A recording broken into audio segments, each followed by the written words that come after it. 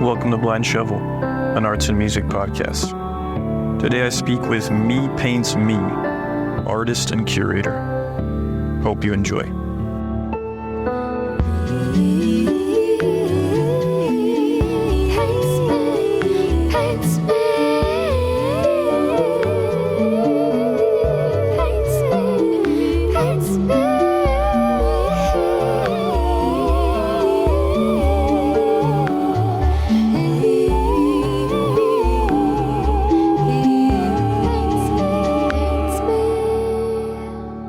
Hello, Michael. Hey, what's up? How you doing? I'm good. It was a beautiful day in New Jersey. Oh, really? That's all I asked for. Yeah? Where in Jersey are you? I'm in what's called Rutherford, New Jersey. It's like 20 minutes from Manhattan, but I'm from northern New Jersey, so. Okay. Despite I'm fellow New Jerseyan. Oh, really? Yeah. How strange. Yeah. I grew up Monmouth County. I was from Passaic County. Okay. Yeah. You're near Red Bank. I don't know if you know Red Bank. This is like more south, right? Is Red Bank a beach? Yeah, it's town? it's kind of I grew up probably maybe 15 minutes from the shore. Mm-hmm. Red Bank's relatively close. Asbury Park's around there. That's interesting. I find Asbury a very interesting thing to contemplate aesthetically. Asbury is weird. Yeah, it's weird, and I think in my more negative days, I was turned off by the rockabilly thing. I think I've come to appreciate the rockabilly sensibility, but it's pretty bad, you know. Like New Jersey has a very interesting visual aesthetic when it comes to I don't even want to call it contemporary art, but be it like Jersey City graffiti murals or whatever's going on in Asbury, these kind of rehabilitation efforts that often amount to some really bad art.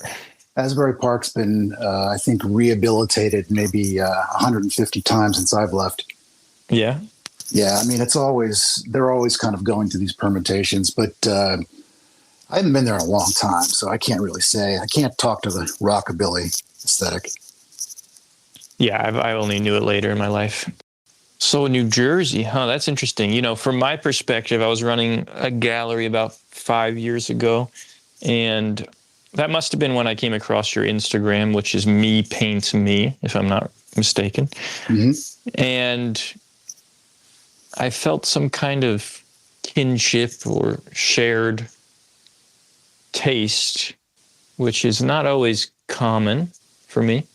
Mm-hmm. And do you have a concise way of explaining what that taste is? Concise. I guess, I don't know, psychological. I think I touch on a few different areas. I mean, definitely art historical is one. I think sort of I guess you could say an untold story of art history. It's eclectic. And I deal with a lot of different elements in these threads through art history, spiritualism, death and mortality. No, I think that makes sense. Yeah, romanticism. Was that something that you developed over time? Do you think taste in general can be acquired, or do you think it's innate? Oh, I definitely feel it can be acquired. But yeah, I mean, I've always sort of gravitated towards art and culture that I guess has those ideas and those qualities. Film. Yeah, like a concise, for me, it's about concise symbols dealing with, I would say, eternal themes. Mm-hmm, mm-hmm. Is something I'm interested in respect to art. for this reason, I'm not really interested in pop art or even the use of pop symbols as a way to access this. It can work, but despite being drawn to juxtapose when I was in high school, it certainly didn't last too long for me. But I'm kind of curious, in high school, what were you looking at? Is there... Well, in high school, my interest in art kind of started and ended with cartooning and illustration. My mother and father are both painters. So I was introduced to probably art history earlier than most.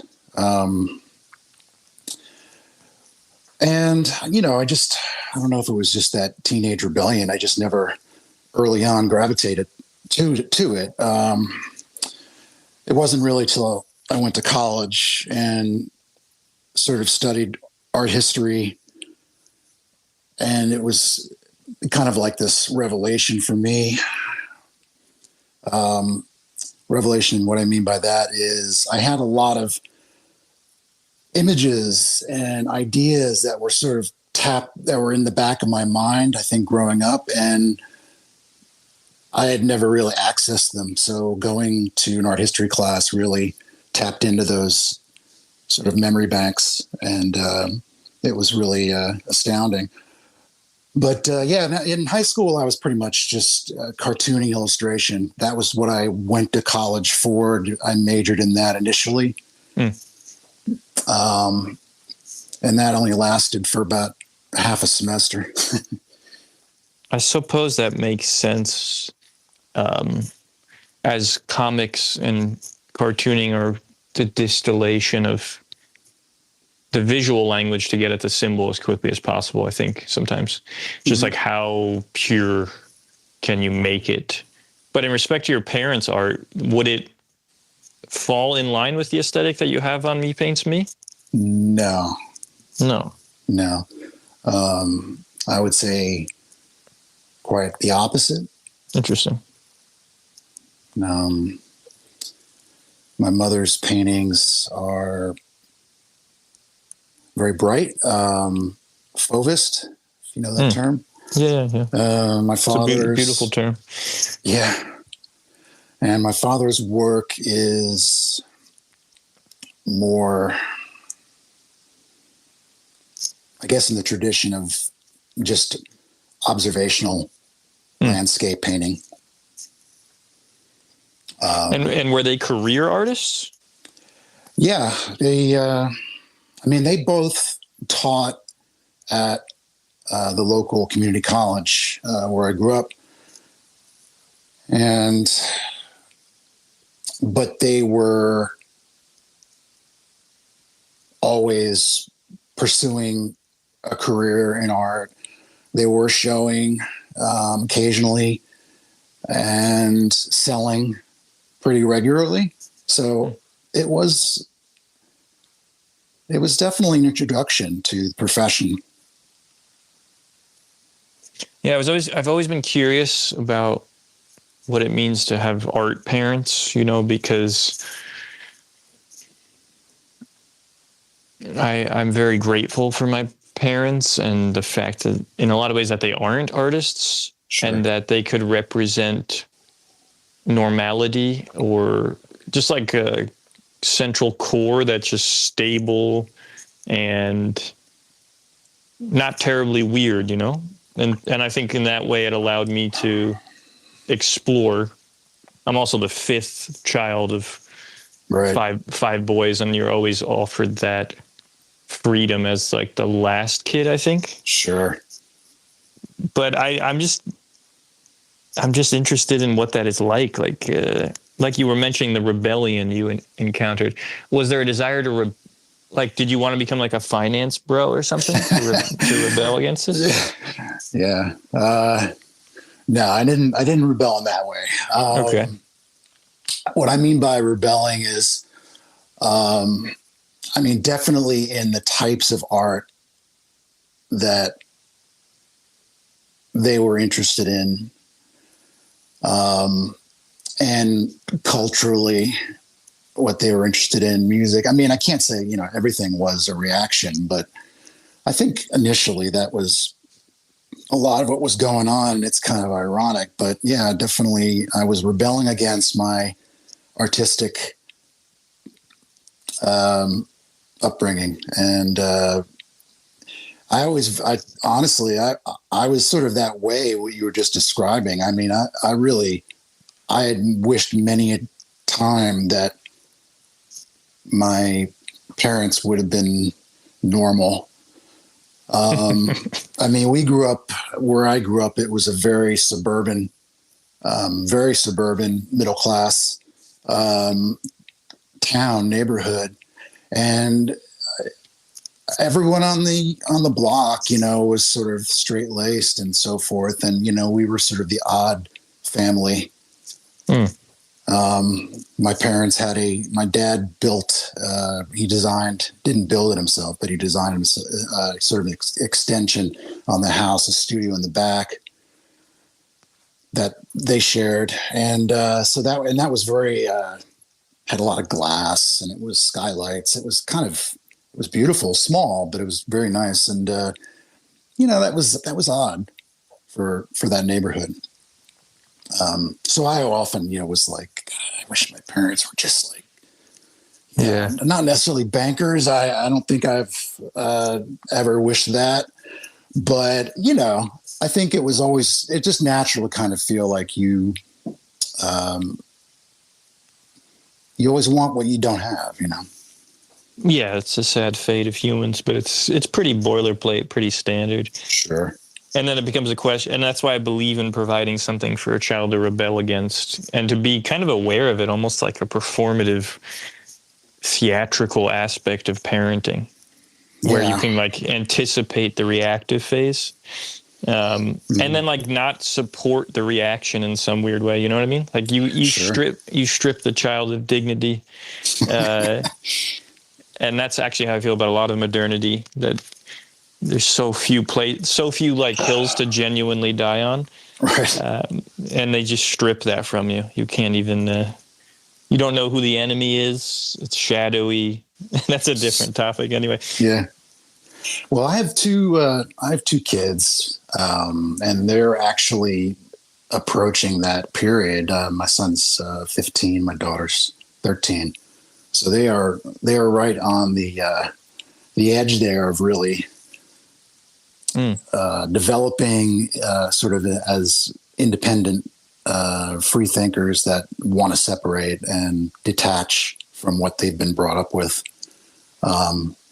My daughter's sort of more has the artistic inclination, and she has her own style. She's into what she likes and kind of ignores what I do. And that's cool. Yeah, exactly. And that's the way I want it. I mean, like you said, I think it's a very natural, I think it pushes society forward, the younger generation, Yeah. So that's definitely something I'm aware of right now. Definitely. So after, it sounds like you briefly went to school for something like cartooning. Well, I went to school for, I started off, basically, I went in thinking I wanted to do cartooning illustration. And oddly enough, I'm a bit older than you. And when I went to school that first year thinking, oh, good, get really learning about how to, illustrate or whatever. And it was all computer classes. And this was, I grew up without a computer. My family didn't have computer. It was really before, this is the late 80s. So the idea of having to spend any energy at all on a computer was just completely counter to what I wanted. And so that was a real turnoff. And the whole sort of curriculum, that foundation year was just like, it was horrible. But I did take a modern art history class. And that was, as I mentioned earlier, kind of opened up the floodgates towards more creative arts. And I switched my major to painting.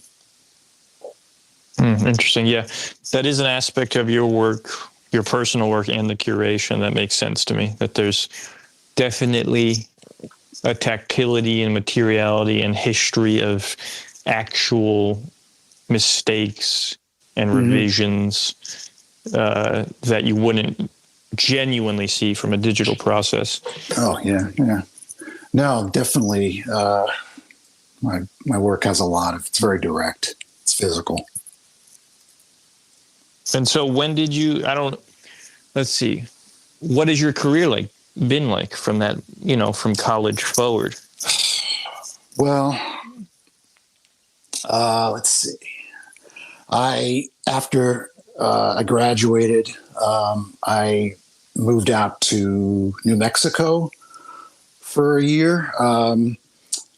Just to sort of rewind a bit, my parents, I mentioned, were teachers, and every summer we would go to New Mexico. My dad's brother lived out in this really, really small, poor little town north of Santa Fe called El Rito. And we used to rent a house there, and we'd spend every summer there. Me growing up, every summer we would drive across the states in our VW, and my mom and dad would go out every morning and paint, and I was left to be by myself working on my art, which contained mostly cartoons. And that was my early introduction to what I would call heaven. Working and having no one around and all the time and freedom to work on what I wanted to work on. And that was very important for me artistically developing.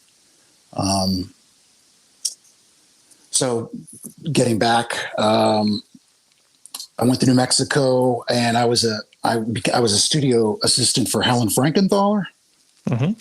Yep. The artist. I did that for not too long. She would go there. There was a master's program that she was involved with, and I was her assistant there, which was a trip, because that was a whole different area of artistic professionalism that I had not been to.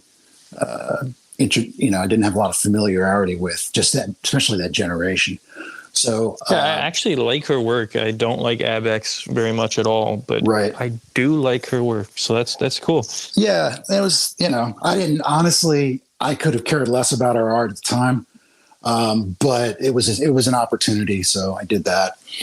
And then, I found that sort of was over, and I found myself stuck out there. And so I called my friend, Brian, who I went to school with, and I said, "You want to move to New York?" He's like, "Let's do it." He was in Philly, and he was miserable in Philly. And so we moved to New York together.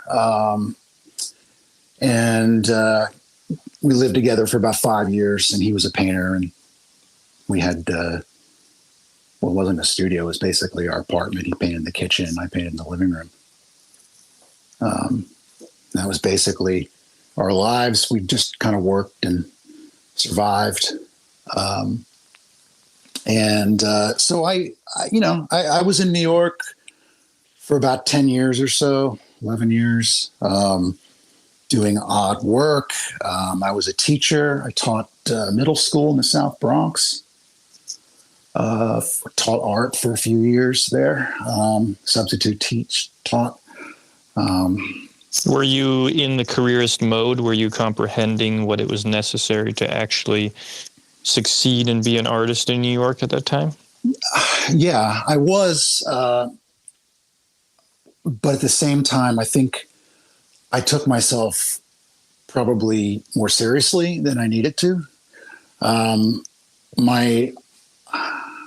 I'm I'm very self-critical. I mean, most artists are. And I never felt my work was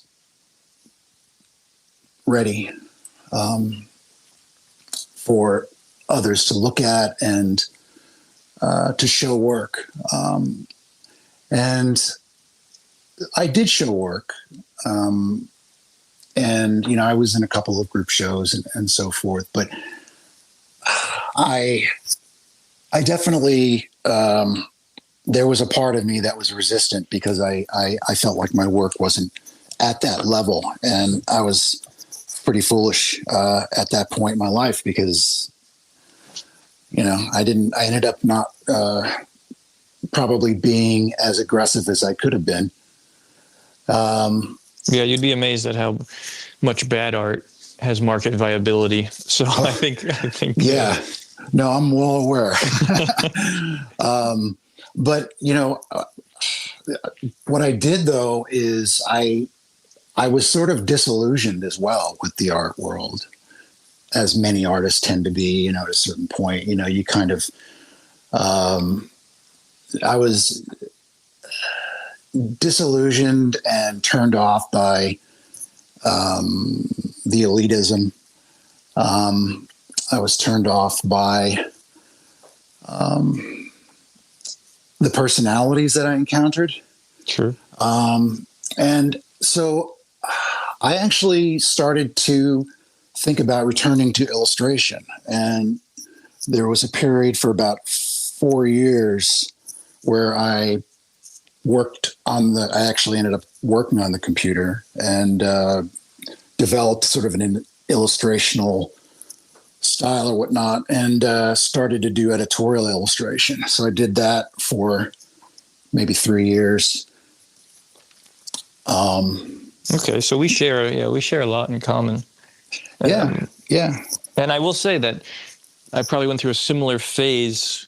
I like merit. So illustration is a pure meritocracy in the sense of they never want to see a degree. They just want to see a portfolio. In the art world's the complete opposite, because what people are dealing with is so intangible in terms of its value that the only thing they can do is tack on degrees and identity politics, and whatever they can do to actually convince someone to buy it, they'll do. Totally.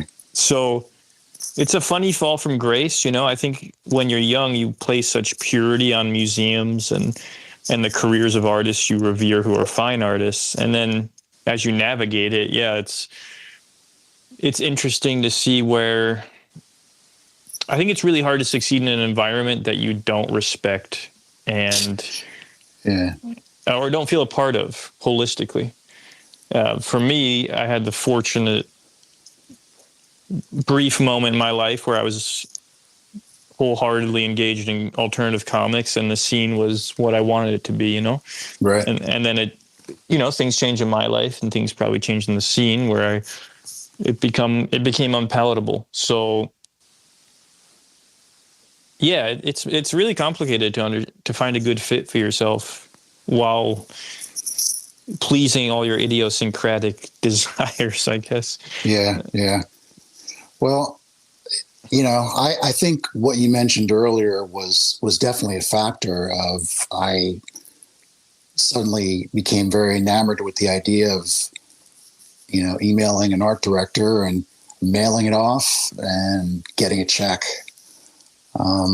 That was, at the time, I was very satisfied with that, and it was a nice relief. You know, kind of harken back to my sort of early artistic interests in illustration and cartooning. Which cartoons specifically were influential early on, or comic books or whatever? What do you think were the cornerstones of that influence? It's hard to say. I was definitely very interested in early Mad Magazine. Will Elder specifically, and some of Jack Davis's stuff, and I used to collect back issues of Mad, and the humor I was really attracted to, and so that was definitely an influence. And a lot of older comics. I had a pretty decent sized collection of old comics from the 50s, and kind of collected those. That most of that collection was actually from my grandmother's attic, which I kind of collected from that. And so a lot of early, nothing really that fancy. It was just, I can't note any real influences from those comics other than the time period and the stories and the drawing.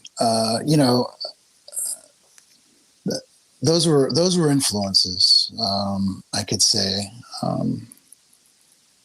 And comics, I wasn't really into any kind of alternative comics per se. I guess I was kind of naive to that. I never had a Zap phase.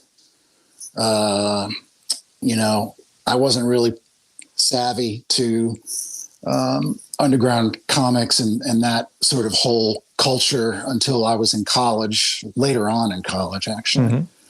So yeah, my influences were sort of naive in a lot of ways.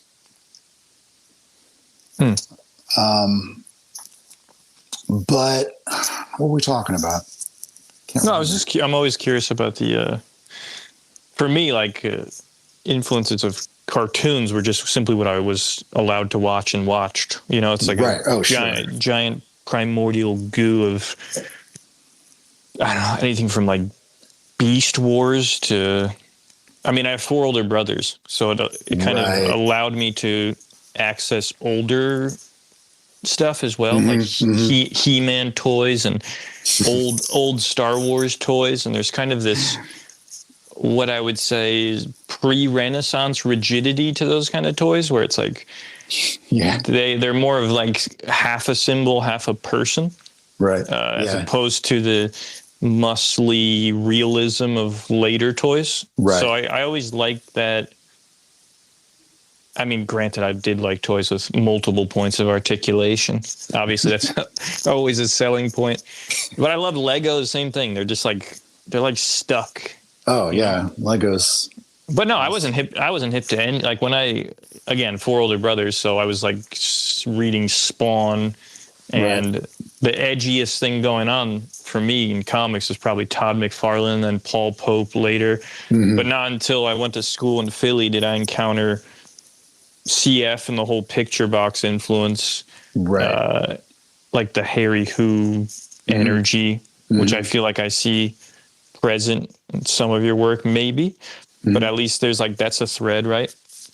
Some of those artists. Yeah, no, and I probably got more familiar with those artists in college and after college. Gotcha. But there's some of that in there. In respect to finding, if this is often a much more mystical and intuitive process than I think I'm about to make it sound like, but do you have a very tangible process for trying to find new artists to post about, to curate, to show people dead or alive?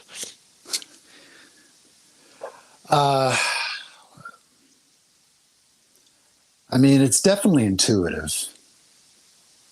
But is it you're looking through books, you're looking through a certain website, you're looking through... Yeah, I think over time I've sort of developed a certain process. I spend way too much time on the computer.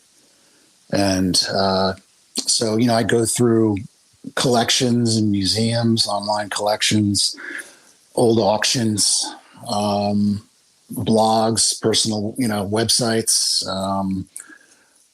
I look through everything, I mean, my favorite, I know that there are a lot of museums whose online collections, or they don't have online collections. I want to go visit them, but those are my favorite. I love going through museum collections and kind of digging through the lesser, I guess, sought after pieces of art, drawings and notebook scribbles. That stuff is fascinating to me. Yeah, that's certainly a large facet of the curation. I feel like the B-sides of very talented and established artists, which are often much more interesting than the, what would you say, the on-brand expression of any particular artist over a lifetime. So I think that's very cool to see, whether that's Gustin or whomever. Right. There's something really interesting about the fringes to artists' work that the market doesn't. Like, I can imagine you might have difficulty selling, for instance, a Gustin that isn't quite a Gustin, or and take any artist that it isn't their thing. Yeah. No, I really am attracted to that more than the greatest hits, I guess you could say. I do search out those outliers. I think there's some kind of connection I feel with kind of peripheral visions that artists have, things that are possibly explored yet remain unfulfilled, detours, all that, is very, very interesting to me. So I do search out for sure. Trying to think of like a good example. Gustin's one, that's definitely, I'm a huge fan of his, and Magritte's another. I'm always sort of in Clay, and a lot of these major modern artists, the amount of work they produce is just kind of insane. And, you can always sort of find interesting things that, don't necessarily line up with your perception of that artist. And that is definitely, I didn't really mention that as sort of when you asked me to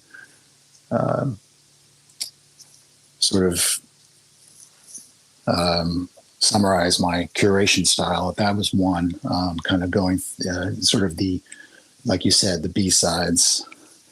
For me, it's the discomfort. I really don't like, and that's why I was probably not a great gallerist in the end. I don't like when artists are comfortable and understand what they're doing. This would be true of, I'm not interested in Wes Anderson very much. Neither am I. For that reason. Now, I like when this is obfuscated with like an animated aspect, like Fantastic Mr. Fox, but right. I'm truly uninterested in, and even in my own work, like every time I make a book, I feel, and it's frustrating, honestly, but I feel like I have to introduce some impediments to make myself uncomfortable. But it's funny because it runs contrary to the careerist mentality, I think, where you're supposed to double down on that moment when you've found your stride, and you're supposed to commodify the identity you've crystallized. And no knock on that. I think there's 8 billion people, so maybe you should, because people aren't interested in your multitudes. They're interested in what you are when there's that many humans. Right. But for me, I got so bored of, okay, I understand who you are now. Okay, I know what you're trying to do. It's working. Right. And this is a little immature, like honestly, I think it's a little negative anti in some ways, because, there's probably aspects that Wes Anderson's exploring beyond the visual, but I guess I'm very visual. So I probably enter into everything visually first. And if I see comfort there from an artist, especially when it starts making money, I'm just suspicious. Yeah, no, that's for sure. And, I can't knock an artist for finding a language, or be it through symbols or imagery or technique or what have you, and you know, living in that world for a career. I mean, there are artists that definitely have done it. Part of me, I've always been sort of like jealous of like those artists who like, I can't think of any really off the top of my head, but just, they hit on something. It's like, that's mine now. I'm going to take that and I'm going to run with it for the rest of my life. There's a certain kind of like, wow, that's pretty amazing that you could do that. Cause I'm like you, I tend to am constantly putting up impediments. I have a hard time from one work to another, sort of doing the same thing twice. I'm always tinkering. With the work I have, I always have probably 3 or 4 experiments that are going on. And I think that's probably why I am attracted to lesser known, or like I said, sort of peripheral kind of artworks from those artists. I also am very interested in children's art, and I'm fascinated with early, or artists from art history of note, and the work they produced as children. There's some really amazing work out there. The Paul Klee collection that I've frequented, his work his childhood work is really interesting. I love that. That's a huge thing for me to always get involved with. I'm always interested in children's art. Well, that's logical, right? Because they're kind of like they're seeking symbols that are very pure, and they don't have the skill yet to visually represent realism. So they're kind of hung up, and they're frustrated, trying to get that out. It's amazing watching children make art. One, because they have no understanding of the material value of a potentially good drawing, or the materials they're using to make it. So they're just like violently seeking images. Yeah, it's just a spigot. Yeah, it's a necessity, like. Yeah, my children, we've kept everything that they've done, or tried to at least, keep as much as we can. I actually have a portfolio that's jammed with all my drawings from when I was probably 2 or 3. When I was a kid, my parents, or my mother especially, used to, I don't know if you ever seen those huge rolls of like brown construction paper. Well, she used to get those from her college where she taught, and she would line the hallways with that brown paper. And, I would do before I could stand, I was kind of drawing up. I was leaning on the wall and drawing. She always said I drew these little circles. And I was always drawing these little circles. And, so I think that connection to that primordial kind of,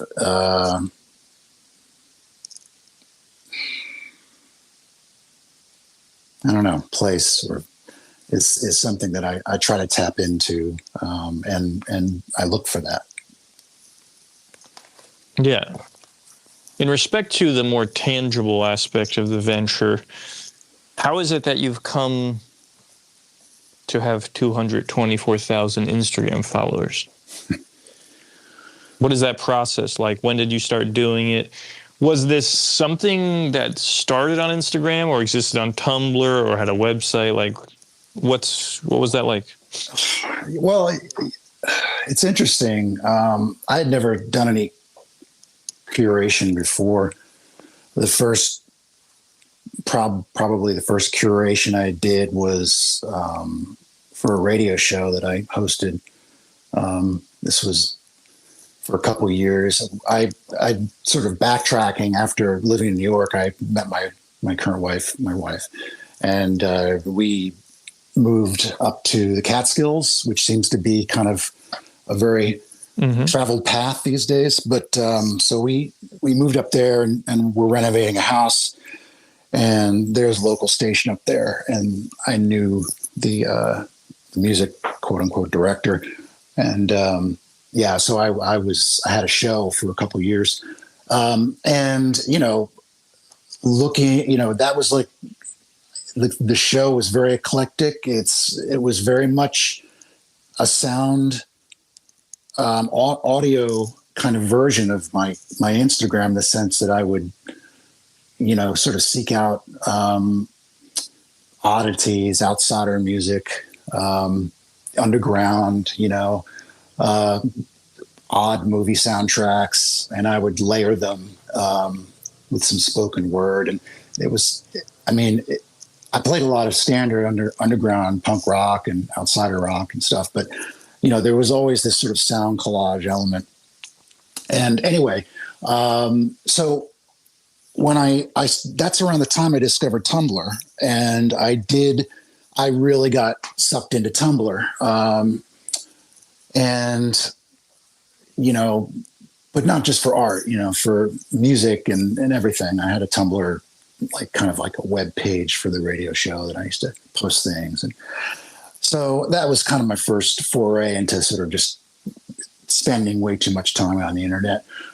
And so we left the Catskills and moved. I'm in Asheville right now, Asheville, North Carolina. And we up and left and moved down here for a variety of different reasons, mostly health reasons, family health.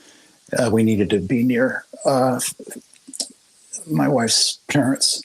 And that's when I kind of started to look at Instagram. I can't remember who recommended it, but whatever. I just started looking at it. And so that curation kind of continued that I was doing on Tumblr. I started that on Instagram, and just I think what probably led to more or less a following was having some friends that I connected with on Instagram who were artists in New York. And I think sort of putting, I don't know, it's like there wasn't a strategy, there wasn't this conscious, I'm going to do this, and I'm going to do this and that, and it was really just posting things that I was interested in, and just I guess it just sort of developed, and I think I was sending out, in my mind, I was sending out energies and connections to other people that I didn't know. And I was sort of unconsciously developing this kind of like community of like-minded people. And it grew.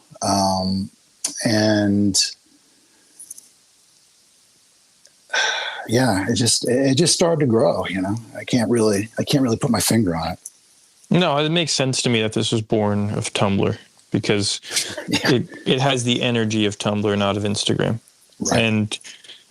And by that, I mean, because Tumblr was something I was very interested in, and it helped me build a career, and surely it has imprinted my taste and a lot of things about what I do now. But that was simply a format that wasn't full of all these bells and whistles and algorithms. It was just, is the image or the content good? Right. I didn't think it. I just thought to myself, I need to draw every day and post every day and be consistent. And that worked back then. Right. And then I personally just barely tried when Instagram emerged to transition, because I was like, I don't feel like doing this again, this social media game. Yeah. But it's encouraging to hear stories like yours where they aren't so calculated outside of just the thing itself, the content itself. Actually, I hesitate to call it content. The curation itself, it's simply what you're interested in.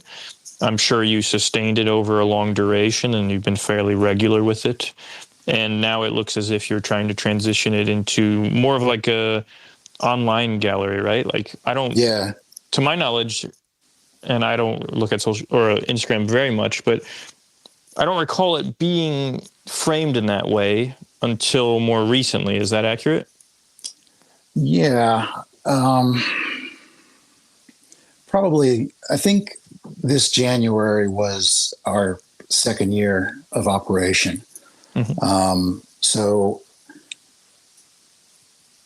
And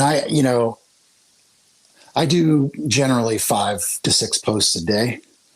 Okay. I've done it every day for the last 4 years. I haven't missed a day. And I think,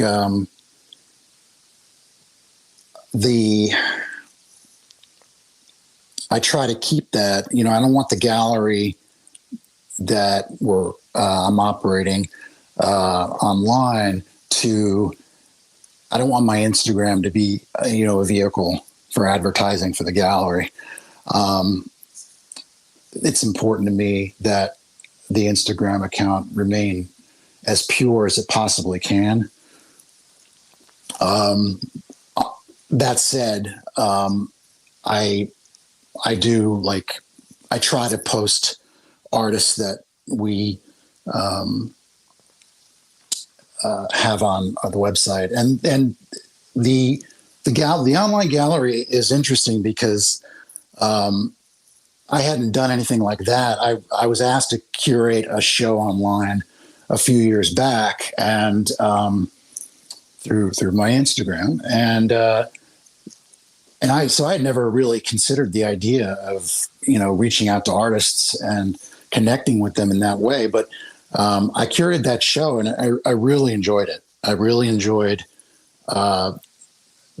sort of introducing myself to artists that I had tremendous respect for and admiration for, and kind of, doing it obviously through email. I wasn't on the phone with these people, but, just sort of developing professionally some kind of relationship with these artists. And I really enjoyed it. And, that was sort of the impetus for the gallery that we're running right now. When I say we, my wife and I, we operate it together. And yeah, we have a lot of, basically I try to curate at least 3 or 4 or more thematic group shows. We've done a lot of different interesting group shows. One was just to give you an idea. I did one called the Rogues Gallery, which was sort of kind of based on the traditional sort of mugshot. And I invited a number of artists, Matt Lyons, Michael Swaney. My memory's shot, but it was a lot of artists, and they all did sort of these kind of like shoulder to head kind of headshots, and it was a whole show of that, which was a lot of fun. I enjoyed that. So, I try to do these thematic shows, but as well, focusing on individual artists, that I'm discovering myself, or through a friend or whatever. We currently have a show up, this artist in New York, Alex Caveras, and next month we're going to be launching next week. We're going to be launching a one-person online show of this British painter, Lisa Ivory. And those shows stay online for a month, and we have other things going on as well. So it keeps us busy for sure. And between that and the Instagram and my own work and being a parent, My schedule is pretty full. I've actually delved into Substack, which is frightening. I don't know much about it. It seems interesting structurally. I just, I don't. Yeah, it's new to me too. Cautious with these holes. I know. Yeah. No, I agree. Yeah, it's interesting. I'm enjoying it. It's kind of a new thing for me. I'm kind of it's mostly written, which is I like the fact that it's very different from Instagram, which is very visual. It's a nice sort of break, I think, from the endless hours of looking. But anyway, so yeah, the gallery. I'm enjoying the gallery. It's been a lot of fun. I feel like it's been pretty well received. We got a lot of nice compliments from artists we've worked with, and selling work is a whole new thing that we're kind of learning on the job. But we both, my wife went to RISD, so we have sort of she used to work in museums and whatnot. So we have a little bit of background in that. So, we're able to put that to use. And have you found it financially stable? Not stable, but is it feasible?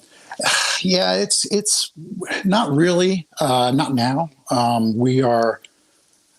We're definitely, I think we've grown incredibly in the last 2 years. Mm-hmm. I recently quit my day job to focus exclusively on the gallery, and so that was a bit of a leap. But we had sort of saved a little bit so we could kind of make that leap. We were sort of planning on it, so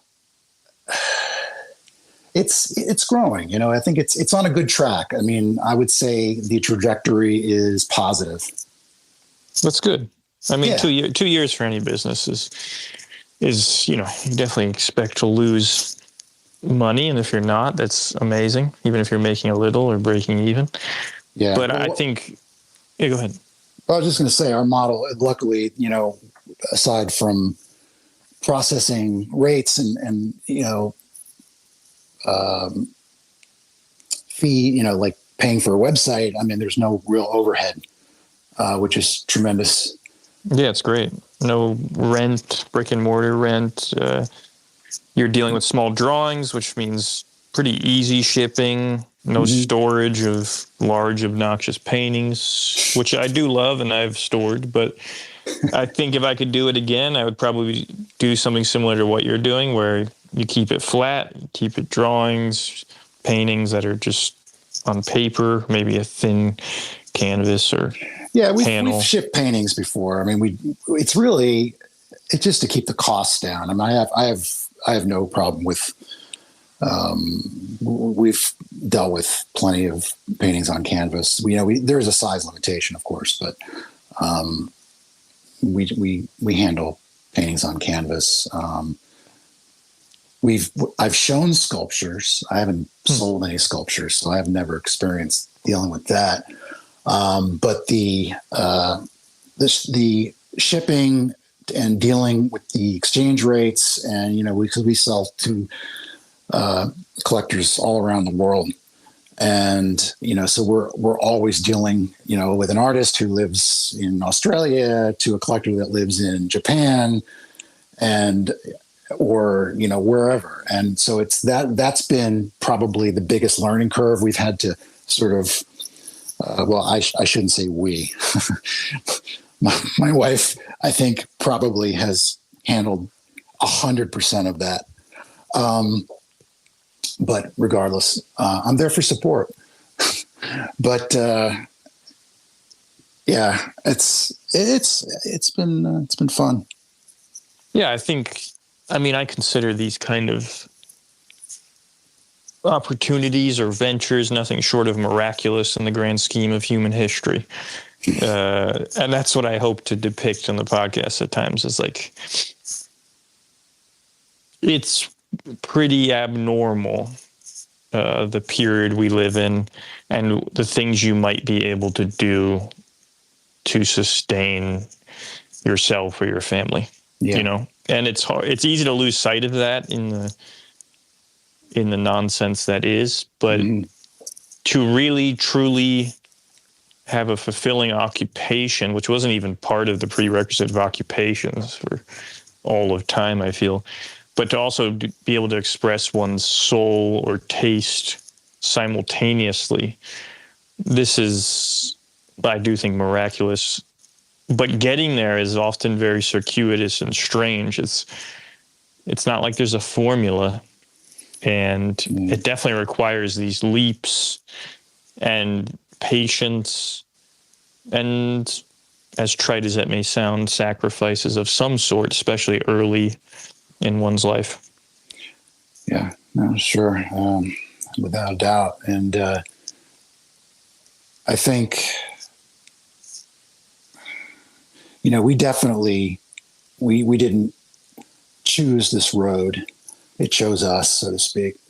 And it was definitely not foreseeable. If you asked, my wife and I, like 3 years ago, would we be working together every day in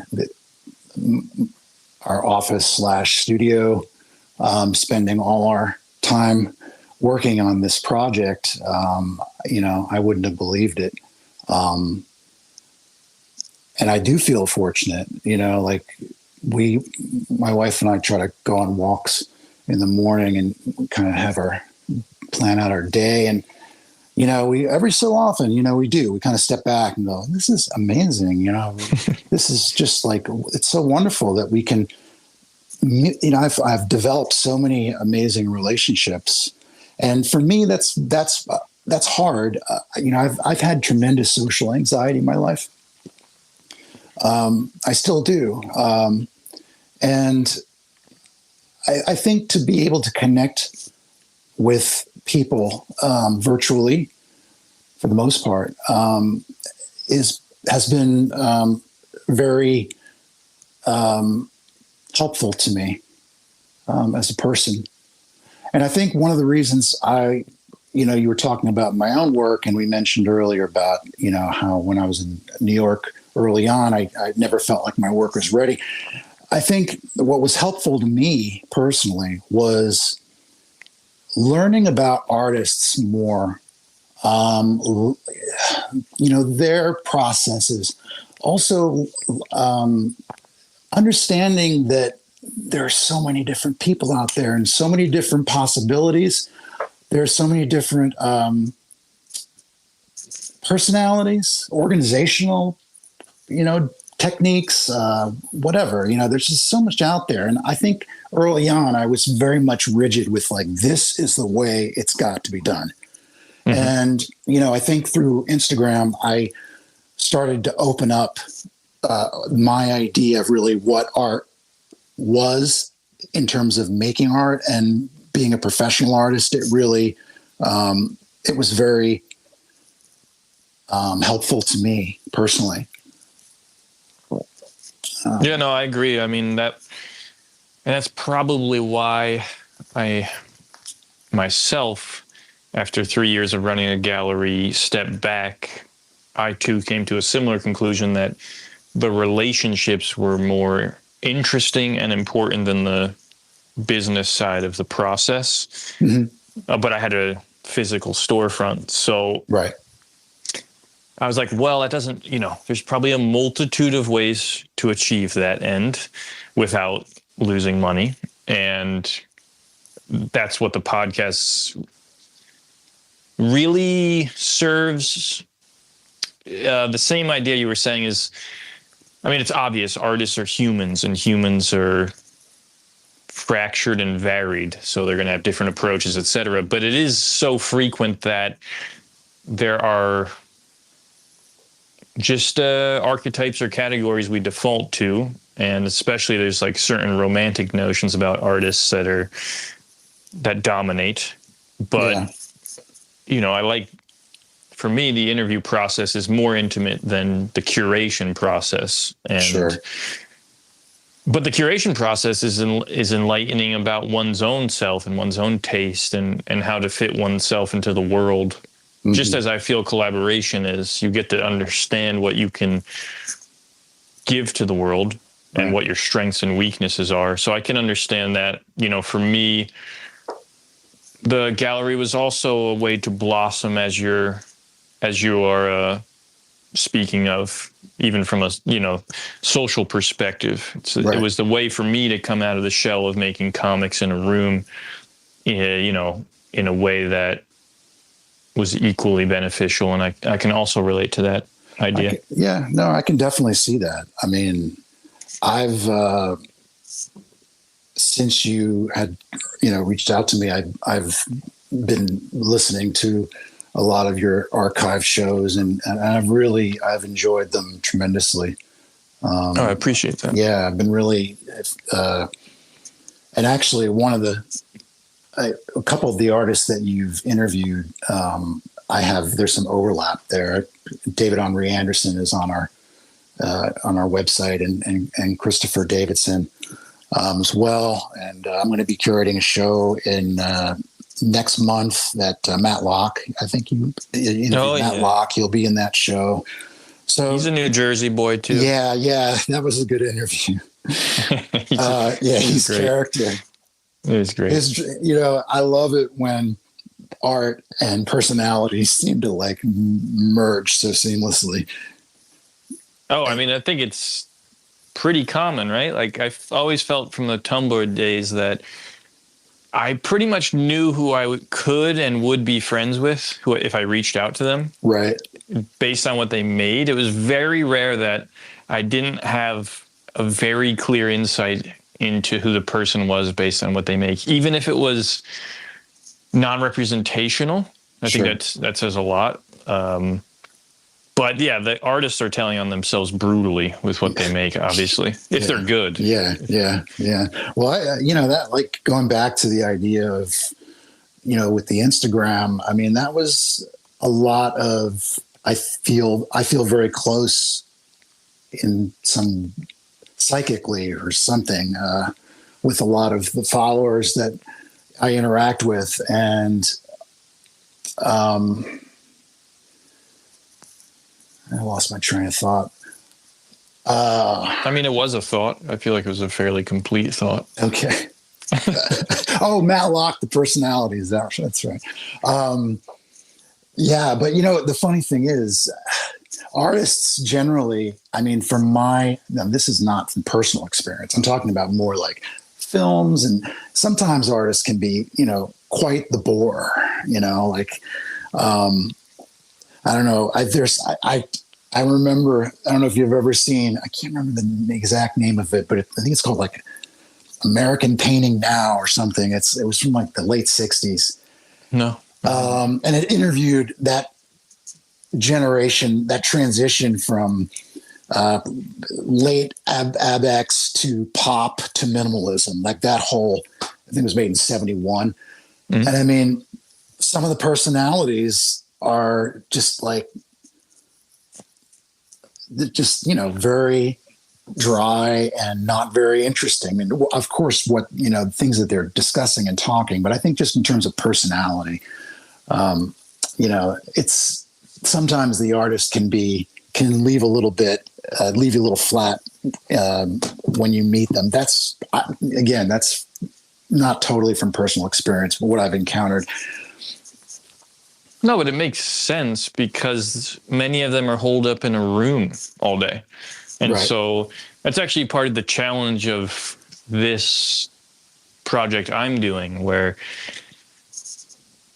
one, artists, I mean, I've been fortunate where most of them are willing to do it, but oftentimes they think they're a bore afterwards, and I reassure them, no, there's absolutely nothing wrong with what you said, and it was interesting. Sure. But yeah, it's kind of the trade-off of developing a skill that's asocial, right, and then entering the phase of your life where usually you have to come out of that shell, I think, Right.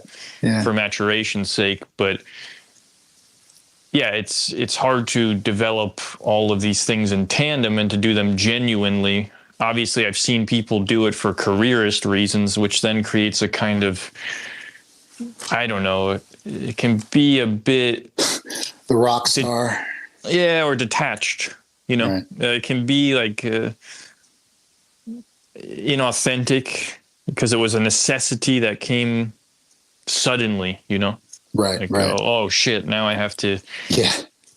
go to these parties in New York and be accepted, or in LA or whatever. Right. And it's partially why I really like talking to comic artists and illustrators, again, because it's just not an aspect of it. It's right. And there's something about drawing that is forever incomplete in some weird way. Like, there's something like I really like the sketches of Raphael more than the paintings of Raphael. Right. And I'm not even sure if I can articulate it, but drawing has always been this or not always, but there are moments in art history where I feel like it just sub to the process of painting. Oh, yeah. You know what I mean? Traditionally, that was always the case. Yeah. They were always steps leading towards a final product of a painting. Right. There's something fetal about it, and that makes it interesting to me, especially people who pursue it like Matlock. I feel like he's the ultra refined, as I was saying in the interview, 12-year-old boy drawing at his desk in class. It's like this, exactly. There's something immediate and intimate, and I think that shows in your curation as well, that polish is not being sought, Right. Almost in like a packaged way. Like, the things aren't quite packaged. Right. The people aren't quite packaged. Right. And that's I don't know. It's a very interesting temptation and moment that a lot of artists are more and more aware of, because they themselves are the product in a way that was never true before, because artists didn't have the opportunity to control the narrative quite in the same way. Yeah, no, it's true. And, I've always been, I think I'm a huge admirer of personality, like the cult of personality. And I think it's just natural that you sort of build up these artists in your mind. And often what's developed in your mind is much more grandiose than the actual person. Sure. And I think actually that's one of the reasons there wasn't the initial thing, but I think being anonymous with my Instagram, I think people were able to sort of place whatever idea they had of who I was or what I was doing or thinking about, and sort of let their imagination sort of go, and I'm just the shadow in the background, Yeah, I was going to let you bring that up, anonymity, because I'm curious about it, but do you foresee how you'll handle that in the future? Do you want to preserve that anonymity as long as possible? Yeah, it's funny. It's been a real pain in the ass. Professionally speaking, well, how anonymous are you, if I may ask? To what degree? Like, if someone's emailing you, do they know your name? Do they know who you are? Well, it's funny. I was completely anonymous before the gallery. It was only after we launched the gallery, my wife was like, people want to know that they're dealing with a person. It's like that you're not some sort of like bot or something. It's like, you want to have some sort of, you want to put some kind of human face on what it is you're doing. So I said fine, and I started. Anyone I deal with professionally, my first name, and I use my first name, and we're very cordial that way. And I kind of keep my last name not public. And that's, again, I don't know. I think it's sort of become like an albatross a bit. It's like, it's been interesting on a lot of levels. Like, I think it's like I mentioned earlier, I think a lot of artists that I interact with are always curious. And I think that curiosity is kind of a cool thing. But, in terms of how long it's going to last, it remains to be seen. I mean, honestly, this podcast was, a decision I had to make in terms of putting myself out there a bit. I'm actually, I'm going to be coming on some, for my own work, a show or two in New York coming up, and I'm going to be, sort of out a little bit more. So I think this is kind of I'm entering into this phase where I'm going to be a little bit more of a real person. Yeah, I mean, keep it as long as you can.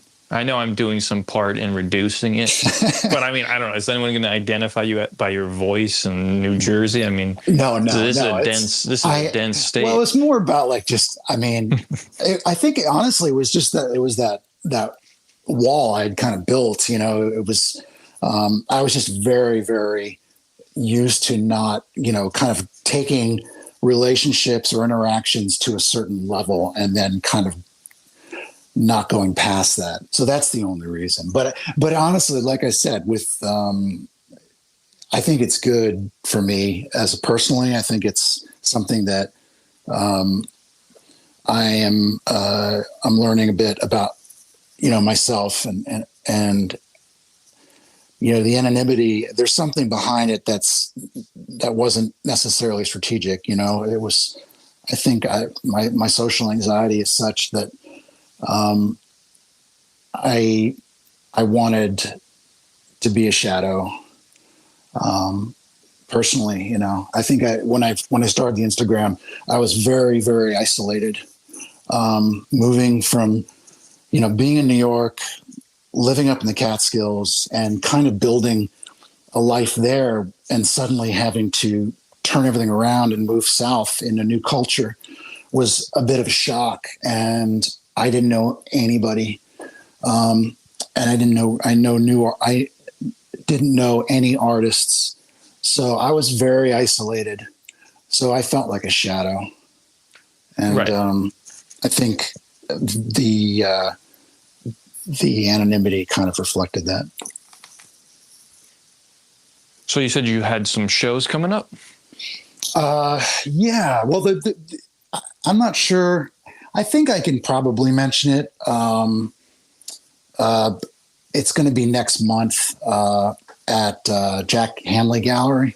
Oh, nice. And that's going to be, it's going to be myself. I'll be exhibiting some of my work, and then we're also going to be featuring 4 artists from the gallery. Nice. So I'll be curating that. So it's going to be pretty much kind of our deal, and it's a good opportunity. So we're excited about that. We're starting to sort of apply to some. I know it's the evil word, but some art fairs, because that is, being online, since we don't have a brick and mortar. I think interacting and having a place where people can actually physically see the work it's been a challenge at times. And I think the art fair was sort of an idea that maybe we could be a little more nimble and, maybe participate here and there, get ourselves out there. So But yeah, so that show will be up. I think it's mid-March. I'll probably announce it on my Instagram when that all's going to happen. No, sounds good. So if people want to meet you in person, that's where it can happen. I know. That'll be, it's funny. It'll be interesting because, in my mind, I don't really think much of, myself or whatever. And I think it'll be interesting, like kind of, okay, I'm going to be here. I just want to see what the turnout's like. It could be kind of interesting. I don't know. I mean, it may be nobody, it may be, 50 people. I don't know. So we'll see. I'm sure people will come out. Well, it's bedtime. Yeah, I know. For both of us. Yeah. All right. Well, nice speaking with you. Enjoyed it a lot, and keep it up. Same. Have a good night. Bye. Bye-bye. Music by Dory Bavarsky and Ming-Ja Chen. Next up, we have Noah Van Sciver. Enjoy your week.